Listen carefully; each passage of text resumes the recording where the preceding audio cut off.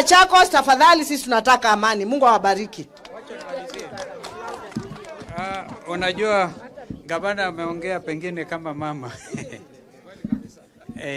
Lakini ukweli wa mambo nitaongeza 1 point.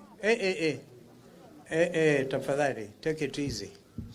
We know these are not easy times. I just want to caution Kenyans wherever we are. Please.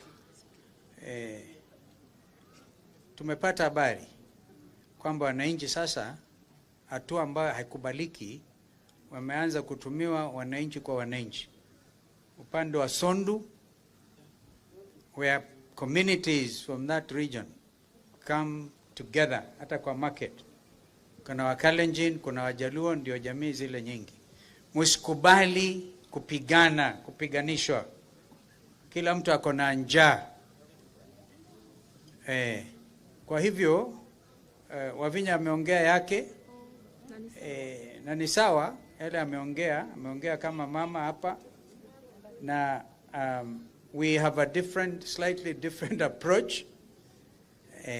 Kwa hivyo ifike tu hapo, Wairia azungumze mwisho. I've given him by special request aseme where we are going.